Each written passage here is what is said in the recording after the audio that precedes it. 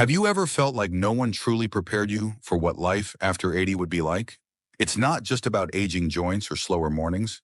There are deeper, more surprising shifts that happen around this stage of life that most people don't talk about until it's already happening. Sometimes they creep in quietly. Other times they hit you like a wave. Either way, if you're not aware, they can take you by surprise and leave you wondering what just happened. In this video, we're going to talk about 5 shocking realities people often face after turning 80. These are not just facts about aging, but things that change how you're seen, how you feel, and how you move through the world. Some of them are hard to swallow, but all of them are important to understand because being aware gives you the power to face them with strength and dignity. Stay with us until the end because we're not just going to open your eyes, we're going to show you how these truths, while uncomfortable at times, can actually help you live with more clarity, confidence, and peace. Let's get started. Number 1, people stop asking for your opinion, even when you've lived through more than they have. One of the hardest truths that hits many people after 80 is this quiet shift. You go from being the person others seek out for advice to someone they politely nod at and then ignore. You could have lived through wars, raised families, run businesses, fixed broken homes with your bare hands. But the moment your hair turns white and your steps slow down, people start assuming your insight has expired. It's not that they mean harm. Often they don't even realize they're doing it. You'll notice it in the way conversations change. Younger folks might smile and nod when you speak, but they're already formulating their next sentence. You give a suggestion and it's quickly dismissed, not with rudeness, but with that subtle tone that says, "That's not how we do things anymore." It's frustrating, not because you want to control anything, but because you know how much trial and error got you here. This shift can hit especially hard in families. A son who used to ask for your opinion before making big decisions might now just inform you afterward. A daughter-in-law might ask how you're feeling, but never ask how you see things. You go from contributor to observer in your own family. What's behind it? A cultural myth that wisdom has an expiration date. That new equals better. That old means irrelevant. But deep down, most people still crave steady hands and calm voices. They've just forgotten how to recognize them. And here's the quiet irony: the less you push your opinions, the more people tend to listen when you do speak. Your restraint becomes your power. Your lived experience becomes a kind of quiet authority that doesn't need to shout. So if this is something you've noticed, don't let it make you bitter. Let it make you sharper. Fewer words, more weight. Your voice still matters, it's just that now it carries power when you choose your moment carefully. Number 2, you start attending more funerals than birthdays. It's something nobody really tells you. When you're in your 20s or 40s, a calendar full of birthday parties, weddings, and new babies gives life its rhythm. But somewhere along the road, often quietly without warning, that rhythm changes. By the time you hit 80, you find yourself pulling out darker clothes more often than party hats. The gatherings shift from celebration to farewell. And with each one, a little more of your past seems to vanish. What makes this so jarring isn't just the grief, though that alone is heavy. It's the repetition. Month after month, someone you knew, someone who made up. A part of your story is suddenly gone. Friends you used to laugh with, neighbors who used to sit on their porches, old co-workers who once felt like family. Little by little, the crowd thins, and the silence afterward lingers a little longer.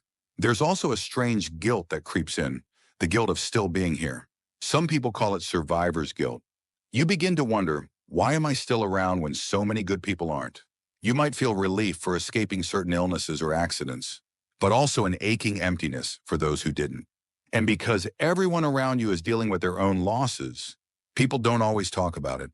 They might offer a hug at a service, then never bring the person's name up again. That silence can make the grief feel even heavier. What many don't realize is that this constant exposure to loss wears on the soul. It can make you hesitant to connect with new people, afraid of losing them too. Or it can make you overly attached, clinging tighter to those who remain. Neither is wrong, it's your heart trying to protect itself. But it's important to remember this: every loss you felt is proof that love was there, that a connection was real, that you lived with depth and care. And as difficult as it gets, those who remain, those who still call, still visit, still care, matter more than ever. Because when you're 80 and up, love doesn't have to be wide. It just needs to be deep. A few close relationships can carry more warmth than a room full of people. So grieve when you need to. Speak their names. Share their stories. Let your tears honor the bond. But also let yourself keep living, not just existing, but truly living, even through the loss. That's the legacy they'd want you to carry. If you're still watching this video and finding these insights valuable, please comment number 2 below to let me know you're here. And if you haven't subscribed yet, I recommend you subscribe and turn on the bell so you don't miss any videos. Your support helps us continue creating good content to inform and inspire you. Now let's move forward. Number 3, doctors treat you like a checklist, not a person. It often starts subtly. You sit down in the exam room, the nurse takes your blood pressure, jots it down, then runs through a few standard questions: sleep, diet, medications. The doctor walks in, glances at the chart, asks how you're doing, but doesn't really wait for the answer. Before you can finish describing that strange ache in your back or how your energy has dipped over the last month, they're already moving on to the next item. This isn't about bad doctors. Most of them care deeply. But as you age, something shifts in how the system sees you. You stop being a person with a story and start becoming a collection of symptoms, pills, and warnings.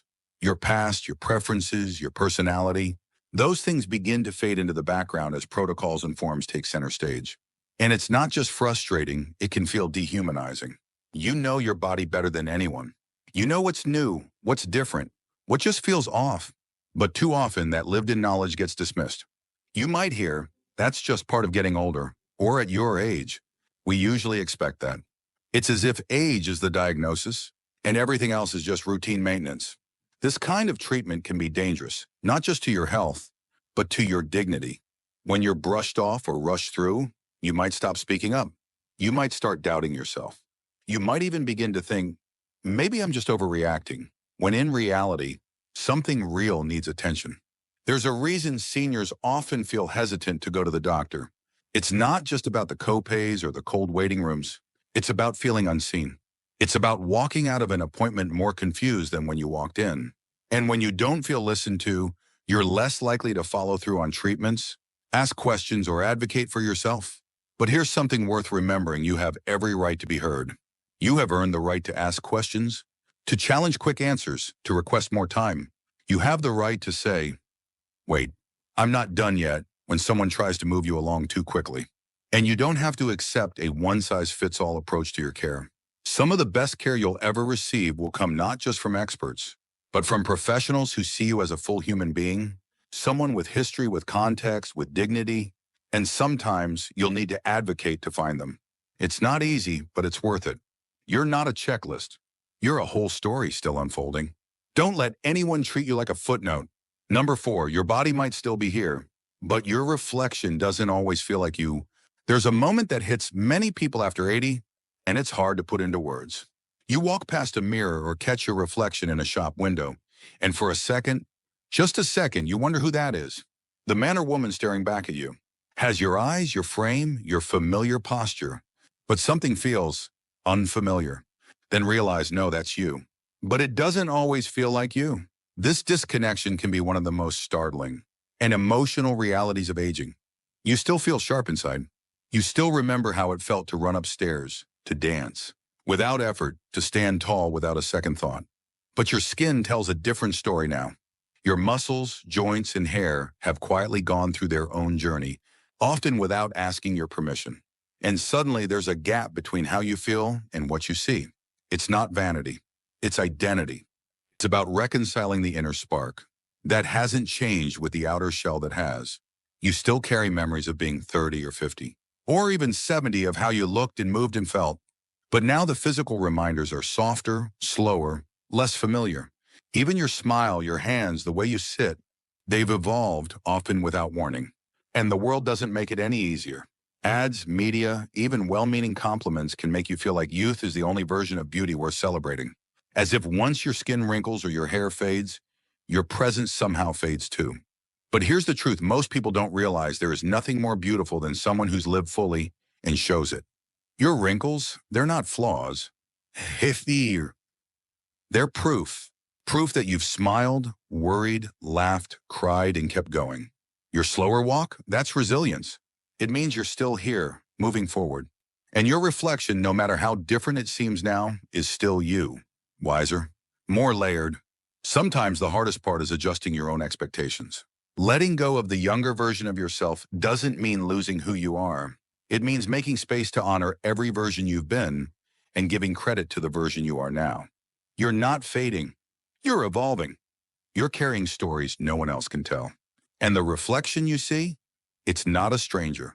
It's someone who has lived through decades and still shows up with courage and grace. If you're still watching this video and finding these insights valuable, please comment number 4 below to let me know you're here.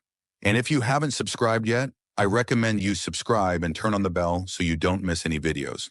Your support helps us continue creating good content to inform and inspire you. Now let's move forward. Number 5, the world around you moves too fast, and you're expected to keep up or be left behind. There comes a point where the pace of the world starts to outstrip your own, not just physically, but mentally, emotionally, culturally. After 80, it's not uncommon to feel like the world you once knew has morphed into something unrecognizable almost overnight. And the hardest part? Everyone else seems to expect you to just adapt without pause. It shows up in everyday moments. You go to pay for groceries and find yourself facing a self-checkout machine with flashing buttons and no clear instructions. You try to make a doctor's appointment, but now it's all online portals and long menus with robotic voices. You receive an invitation to a family event, but it's through a text group you weren't even added to. Life has sped up, and somewhere along the line, it stopped waiting for you. This feeling of being left behind can create an invisible kind of isolation. Not because people don't care, but because they assume you're keeping up. Or worse, they don't notice that you're struggling. What used to be a simple phone call now requires remembering passwords, navigating apps, and scrolling through menus that were clearly designed by people under 40. Even conversations can feel foreign, full of slang, memes, and references that don't connect. It's not about being out of touch. It's about being overwhelmed by constant change that you never asked for and didn't grow up with. You've adapted your whole life through wars, recessions, cultural revolutions. But after a certain point, when every update comes with a learning curve, the energy to keep learning starts to wear thin. And yet you're still expected to perform, to stay reachable, to be with it. If you express frustration, you're labeled as resistant or set in your ways. If you ask for help, people get impatient or say, "It's easy, just tap here." The pace doesn't slow. It assumes you'll speed up. But here's something worth saying out loud. You don't owe anyone speed. You don't need to rush to fit into a mold that wasn't designed for you. There's nothing wrong with choosing slowness, with wanting clarity over convenience, conversation over clicks. In fact, the wisdom and presence you bring into the room often offer more value than the latest app ever could. Instead of fighting the current, you can choose where to step in and where to step back. You can ask for help without apology. You can set boundaries around the pace that works for you. And you can remind those around you that experience is not a thing to be outpaced, it's something to be leaned on. The truth is, the world may not slow down. But that doesn't mean you have to race to keep up. Sometimes the most powerful move you can make is to move at your own rhythm and let others remember why it matters. Final thoughts. Now that we've walked through these 5 realities, take a moment to breathe. Not to feel overwhelmed, but to feel seen. Because these aren't just random facts about getting older. They're truths that many people carry quietly, often alone. And recognizing them doesn't make you weak. It makes you wise. Maybe one of these hit home more than the others. Maybe you've noticed all 5. The point isn't to feel discouraged. It's to realize you're not alone and you're not imagining it. These shifts are real, and facing them with honesty is one of the strongest things you can do. You've lived through more than most people can imagine. You've adapted, endured, laughed, grieved, and loved your way through decades. Just because the world isn't always built to honor that doesn't mean your value has faded. In fact, it's the opposite. You're carrying something the world needs now more than ever: clarity, calm, perspective, and resilience. So take these insights and hold them close. Let them remind you that it's okay to speak up when you feel overlooked. It's okay to grieve. It's okay to be frustrated. And it's more than okay to move at your own pace, to honor your experience, and to choose what feels right for you. Thank you for joining us today. We'd love to hear from you. Leave a comment below and share one thing you learned today and how you plan to use it in your life. Your thoughts are important to us, so don't hesitate to share them. Reading your comments gives us great motivation and encouragement. If you enjoyed this video and found it helpful, please like, subscribe, and share. Your support helps us continue creating good content to inform and inspire you. Thanks for watching, and we look forward to seeing you in the next video.